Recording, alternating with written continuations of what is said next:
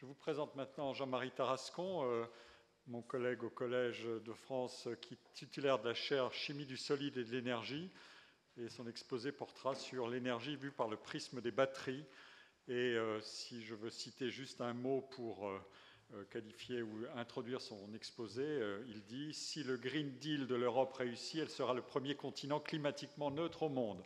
Voilà un propos qui nous promet d'être tonique et porteur d'espoir quand nous avons souvent tendance à aller vers le catastrophisme. Jean-Marie est aussi porteur d'un grand projet Avenir commun durable qui sera lancé ici officiellement le 16 novembre. Voilà. À toi, Jean-Marie. Merci. Bonjour à tous. C'est pour moi un bonheur d'être ici parmi vous.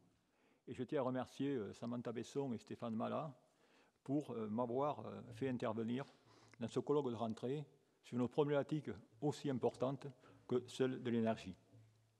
En effet, la condition climatique, la transition énergétique continue de progresser et l'énergie devient de toute façon, je dirais, au cœur de nos préoccupations journalières, et d'autant plus que le prix de l'électricité et du gaz ne cesse d'augmenter. D'où, par rapport à cela, on peut se demander qu'est-ce qui se fait au niveau de l'État, qu'est-ce que d'innovant au niveau de l'Europe pour assurer à nos sociétés une énergie beaucoup plus propre et beaucoup plus abordable dans le futur. Il s'agit d'une problématique très complexe et je vais essayer d'y répondre très modestement dans les 20 minutes qui sont imparties, bien que je ne sois pas du tout un expert de l'Europe de l'énergie. D'où mon intervention, bien comprendra 3 ou 4 parties. Tout d'abord, je rappellerai que l'énergie, c'est l'ADN de l'Union européenne. Ensuite, je m'attarderai sur les bienfaits de l'Europe de l'énergie en prenant 2 exemples, qui sont tout simplement le réseau électrique flexible et intelligent entre les différents États et l'ouverture et la libéralisation du marché de l'électricité. Enfin, je positionnerai l'Europe vis-à-vis de la transition énergétique dans le cadre du pacte vert, qui est riche de bonnes idées, mais dont la réalisation est souvent complexe et chaotique. Et je montrerai cette complexité via l'Alliance des batteries européennes. Et finalement, je conclurai par 3 ou 4 remarques personnelles. Tout d'abord, effectivement, l'énergie, c'est l'ADN de l'Union européenne. Et en effet, il n'est pas osé de dire que c'est un problème énergétique, c'est-à-dire le charbon et l'acier, qui ont conduit à l'unité européenne avec la création, en 1951, du comité européen du charbon et de l'acier qu'on appelle la CECA. Les raisons, à la fois économiques et politiques, je dirais, de cette création, sont indiquées ici. Économiques, car ces 2 matières sont à la base de l'industrie de l'énergie de la France et d'Allemagne et bien d'autres États. Politiques, car la CECA lie 2 États et empêche l'éclatement d'un nouveau conflit économique en créant un marché uni, et c'est-à-dire prévention entre la France et l'Allemagne. Et d'ailleurs, je vais partager avec vous d'ailleurs une citation de Jean Monnet qui définit finalement son rôle en tout cela. Il s'agit de recréer le bassin naturel dont les hommes ont arbitrairement morcelé l'unité et limité le développement. Ce bassin, par la densité de ses ressources minières et par la richesse de son industrie, constitue un ensemble unique au monde. Ce qui est important de voir, c'est que toute l'organisation, je dirais structurelle, qui a entraîné la création de la CECA, eh bien, toutes les institutions se retrouvent aujourd'hui dans la communauté européenne. On note, cette CECA était dirigée par la haute autorité dont le pouvoir est contrebalancé par une assemblée qui deviendra l'assemblée parlementaire, avec à ses côtés une cour de justice et, dans ce cas, un conseil des ministres. Alors, ce qui aussi n'est pas une surprise, peut-être vous ne l'avez pas remarqué, c'est que dans la CECA, il y a 6 pays, dont la France, l'Allemagne, l'Italie, la Belgique, le Pays-Bas et le Luxembourg. Il n'y a pas l'Angleterre. Comme on connaît bien dans notre histoire, l'Angleterre, bien sûr, qui produisait 37% du charbon à l'époque, demandait des conditions spéciales qui mettaient en péril l'idée de supranationalité de l'initiative, raison pour laquelle ils n'ont pu joindre, ils ont joint par la suite. Enfin, il est bon de souligner que cette commission, malgré l'absence de l'Angleterre, eh bien, a travaillé d'arrache-pied pour, en 1957, créer le traité de Rome, au cours de laquelle 2 autres communautés ont pris naissance, la Communauté économique européenne, la CEE, et le CEA, ou Euratom, Communauté européenne de l'énergie atomique. qui n'est rien d'autre que l'énergie nucléaire. Pour vous montrer une fois de plus que définitivement l'énergie est dans l'ADN de l'Europe. Alors quelles sont ces énergies? Eh bien, ces énergies, elles peuvent être renouvelables, si elles proviennent dans ce cas de l'éolienne, du vent, de la biomasse, nucléaire, ou alors des énergies non renouvelables comme le pétrole, le gaz et le charbon. Et comme vous voyez sur cette carte, il y a une très forte disparité entre les sources d'énergie, que ce soit dans le monde ou en France. Et si je prends maintenant ces énergies qui sont utilisées, il y a un mix énergétique utilisé finalement pour, dans ce cas, eh bien, créer ou fabriquer l'électricité. Eh bien, vous voyez qu'en ce cas, si je prends l'exemple de la France et de l'Allemagne, eh bien, le mix énergétique est totalement différent. D'où, si on veut établir un réseau entre ces différents pays, il va falloir, dans ce cas, avoir une politique commune, c'est-à-dire une structuration. Eh bien, c'est ce que l'Europe, directement, a établi, je dirais, avec une grande activité, en se concentrant sur 2 points. Tout d'abord, l'accélération du développement des liaisons d'interconnexion entre différents États pour assurer un réseau flexible et intelligent. Et à ce jour, on a certainement le réseau le plus vaste, 500 000 km de lignes fonctionnant sur la même fréquence 50 Hz et plus de 400 interconnexions reliant près de 600 millions de citoyens européens. Également, c'est cette efficacité du réseau européen qui est reconnue aujourd'hui comme étant l'un des meilleurs au monde, puisqu'il a le moins d'incidents. Également, une autre tâche a été d'ouvrir le marché de l'électricité et de le rendre plus libéral. Ayant vu, finalement, cette répartition, je dirais, dans ce cas du réseau électrique, voyons maintenant ce qu'est l'actualité, comment est calculé le prix de l'électricité. Eh bien, ce prix de l'électricité, commençons par voir que c'est un cours financier, et comme tous les cours financiers, eh bien, il va y avoir le coût de l'offre et la demande. La demande qui va dépendre des cycles journaliers, hebdomadaires et saisonniers, et de la température, et l'offre qui va dépendre du coût du combustible, du coût du CO2, de la disponibilité des centrales et des apports hydrauliques et éoliens. Et comme vous pouvez le voir ici, ces chiffres vont être très importants.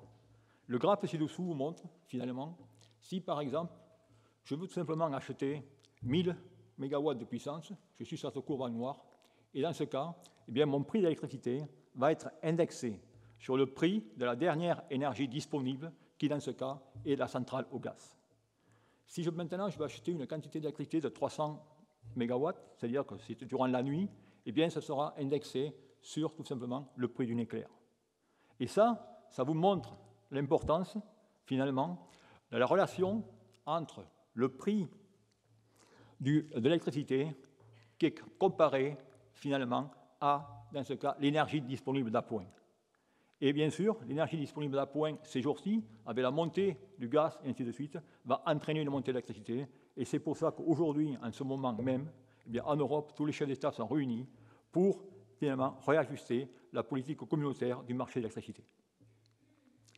Maintenant, voyons comment, finalement, l'Europe a-t-elle réussi dans ces 2 tâches, c'est-à-dire d'avoir un réseau performant et un marché, si je peux dire, libéral. Elle a réussi par directement des mesures assez drastiques, certaines, notamment le dégroupage des opérateurs énergétiques des différents États, et c'est la raison pour laquelle, en France, EDF a dû laisser, je dirais, l'aspect transport et l'aspect fournisseur à RTE et Enedis, qui sont des secteurs régulés, alors que EDF reste un secteur dérégulé. Il y a eu, associé à cela, bien sûr, un nombre considérable d'associations, de coopérations qui sont mises en place, dont, je dirais, l'association ENSOE, qui a été créée en 2008 et qui regroupe 42 gestionnaires européens, ou alors ACER, qui également est une agence, et les deux tentant finalement de finaliser ce marché de l'énergie. Il y a eu également de plus grandes coopérations, notamment avec EASE en 2011, qui regroupe les acteurs européens du secteur de l'énergie, industrie, organismes, États, universités, et tout cela, eh bien, avait les objectifs principaux de stimuler le développement et le déploiement de nouvelles technologies de stockage d'énergie. On va entendre parler de stockage maintenant, comme vous allez voir. Tout cela, en remontant l'histoire, me ramène finalement déjà dans les années 2016 et 2019, où il y a eu la création du Clean Energy for All European Package, qu'on dénomme CEP, qui n'est rien d'autre qu'en français le paquet énergie propre. Ce CEP, eh bien, il est un ensemble de 8 axes législatifs sur la performance énergétique des bâtiments, des énergies renouvelables ainsi que sur l'efficacité énergétique. Et cette CEP, eh bien, définitivement, a été une plateforme pour l'implication de l'Europe dans la transition énergétique. Cette implication de l'Europe dans la transition énergétique n'est pas finalement de 2016-2019, elle avait été travaillée fortement avant, car l'Europe, depuis un petit moment, se veut d'être un leader dans la lutte contre le changement climatique. Et d'ailleurs, durant le mandat de la commission Juncker, eh bien, le changement climatique était une des priorités. D'ailleurs, suite à la COP 21 et les accords de Paris, il y a eu une publication d'un plan d'action de l'Union européenne pour une économie circulaire qui avait, dans ce cas, des initiatives législatives au niveau des transports et ainsi de suite. Et vous voyez ici, finalement, tout le chemin qu'il a fallu pour que directement ce plan d'action se transforme au long des années et devienne, après la période de Covid, finalement, le fameux pacte vert européen. Donc, bien sûr, vous vous posez la question, c'est quoi ce pacte vert? Bien, ce pacte vert veut que l'Europe directement devienne climatiquement neutre d'ici 2050, veut également que les entreprises deviennent des leaders mondiaux des produits de technologie propre, protéger la vie humaine et la biodiversité et aider à une transition juste et inclusive. Et même de la part de la présidente de la Commission européenne, Ursula von der Leyen, eh bien, ce pacte vert eh bien, ouvrira une autre stratégie de croissance à l'Europe en aidant à réduire les émissions et en créant des emplois. Quels sont les secteurs qu'on doit toucher? Eh bien, on veut, et ça c'est peut-être utopique, d'avoir finalement être climatiquement neutre en 2050. Pour cela, il y a 4 secteurs majeurs sur lesquels il faut travailler. L'énergie, qui, dans ce cas, représente 75% des émissions de gaz à effet de serre. Les bâtiments, qui sont 40% de notre consommation en énergie. L'industrie, qui n'utilise que 12% des matériaux recyclés. Et la mobilité, qui est responsable pour 25% des émissions de CO2. Donc, par conséquent, dans chacun de ces secteurs, il y a des actions qui se mènent, il y a des initiatives, il y a des directives, et ainsi de suite. Il est bien évident que je ne vais pas pouvoir vous couvrir ces 4 secteurs, mais je vais me focaliser sur le secteur de la mobilité. Et ce secteur de la mobilité, je vais vous le présenter via le prisme des batteries. En effet, dans le domaine des batteries, depuis 2 ou 3 ans, il y a l'Alliance européenne de la batterie qui regroupe de nombreux, je dirais, outils, à la fois de recherche, à la fois industriels, pour finalement essayer, et vous allez voir, la route est longue, de reconquérir ou d'avoir une place dans ce marché lucratif que constitue la batterie. Il y a beaucoup de mécanismes, très difficiles à compliquer, et moi-même, je suis totalement perdu. Mais voyons quand même ce qu'on peut y faire pour s'y retrouver. Alors effectivement, l'Europe essaie de financer pas mal d'industries, et en créant ce qu'on appelle les ICPEI, c'est les projets d'intérêt européen commun, qui sont un outil utilisé par la Commission européenne pour subventionner des secteurs stratégiques. Et par ce biais, je dirais, l'Europe eh bien, peut, à titre exceptionnel, subventionner ses États membres à aider financièrement les entreprises nationales, ce qui théoriquement n'est pas permis de façon directe. Et ainsi d'avoir un levier pour attirer l'industrie pour développer de grands projets. Alors vous avez ici un exemple de 2 projets qui ont été alloués en 2019 entre 7 partenaires industriels d'un côté pour favoriser la chaîne de valeur des batteries et de l'autre 12 partenaires et pour 3,2 milliards et 2,9 milliards. Et ça vous montre déjà, quand vous voyez ces cartes, le nombre de partenaires. Vous allez voir. Ensuite, la directive de l'Europe, devenir un acteur mondial du marché des batteries d'ici 2030. Alors tout ça, c'est bien beau, mais où en sommes-nous aujourd'hui? Eh bien aujourd'hui, on voit qu'on a tout simplement, toute la production des batteries est en Asie à 99%. Et sur cette carte, eh bien, pour que l'Europe assure sa souveraineté, eh bien, les fameuses gigafactories poussent comme des champignons. Ces gigafactories, vous en avez beaucoup, et vous les voyez ici, dont finalement, la maison mère, ce n'est rien d'autre que l'Asie. Vous avez CATL, Samsung, ainsi de suite. Et vous avez quand même certaines initiatives européennes avec ACC, qui est une opération entre l'Allemagne et la France. D'où la question, est-ce que c'est du développement européen ou est-ce que c'est le développement de l'Asie en Europe? À voir. Mais là aussi, eh bien, est-ce qu'on arrivera à 17%, je dirais, en 2029? Et là aussi, la directive est-elle réaliste? Maintenant, si on veut ramener cette production de batteries en Europe, il va falloir des matériaux. Et si on regarde la constitution d'une batterie, eh bien on voit qu'il y a beaucoup de matériaux à l'intérieur, c'est-à-dire des éléments 3D et autres. Et à ce jour, on importe 98% des matériaux qui sont dans ces accumulateurs. D'où, si on veut être un leader au niveau mondial dans la fabrication des batteries, il va falloir d'abord s'assurer qu'on ait les matériaux d'électrode, et vu les quantités de demandes de stockage qu'on voit, eh bien, il nous faudrait 2 100 000 tonnes de cathodes, il nous faudrait 191 000 tonnes de lithium. D'où, par conséquent, eh bien, on doit faire quelque chose, et l'Europe, dans ce cas, eh bien, essaie finalement de relocaliser l'extraction des ressources minières en Europe, puisqu'il y a du lithium en Alsace et ailleurs, ou favoriser le recyclage et le raffinage. Donc voilà, si vous voulez, ce qui se fait. Mais également, en même temps, il faut ramener tous les producteurs de matériaux d'électrode en Europe, et là aussi, vous voyez, la liste directement, c'est-à-dire que le travail à faire est énorme, et là aussi, est-ce une directive réaliste dans le temps imparti? Là, je répondrai non. Et quelle sera la facture de CO2 si on prend tout en considération?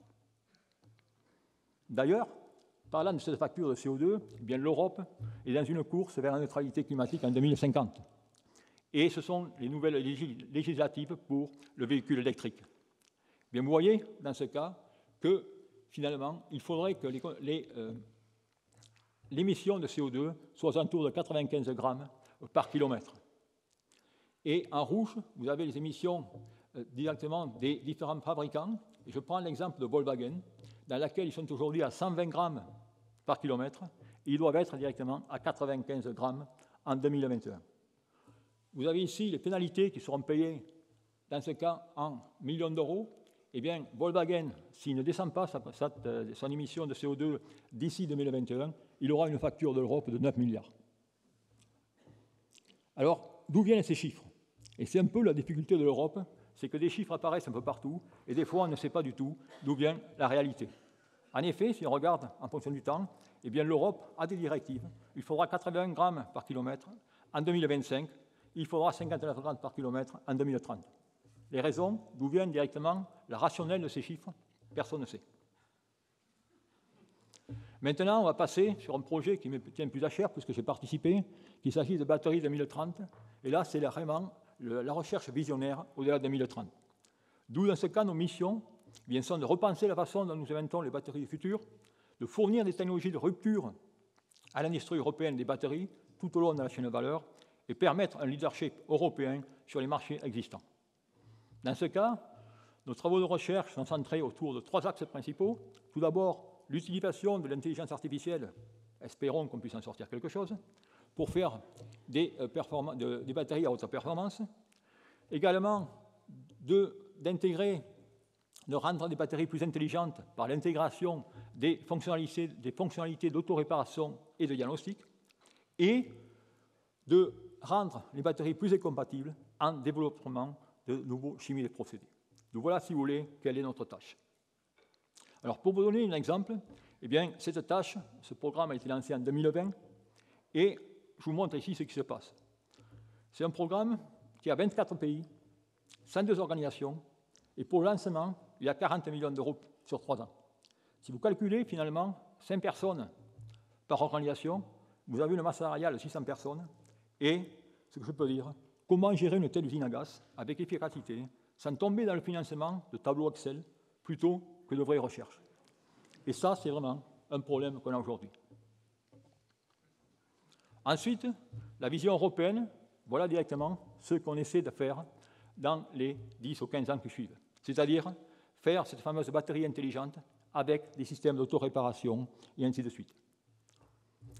Et tout cela afin d'établir un passeport électronique. Et vous allez voir que l'Europe a bien réagi à cela, puisque c'est maintenant, si on regarde le nouveau cadre législatif dans l'Europe des batteries, eh bien, vous voyez que maintenant, il y a une empreinte carbone, vous allez avoir une empreinte carbone, matériaux recyclés, santé et durée de vie. Alors, l'empreinte carbone, en 2027, respect obligatoire des seuils maximaux d'empreinte CO2. Matériaux recyclés, en 2035, il faudra dans chaque batterie un taux minimum relevé à 20% de cobalt, 10% de nickel, 12% de lithium, ainsi de suite. Et en durée de vie, eh bien, vous voyez, en 2028, il faudra un passeport électronique. C'est beau, mais la recherche est loin d'être à ce point.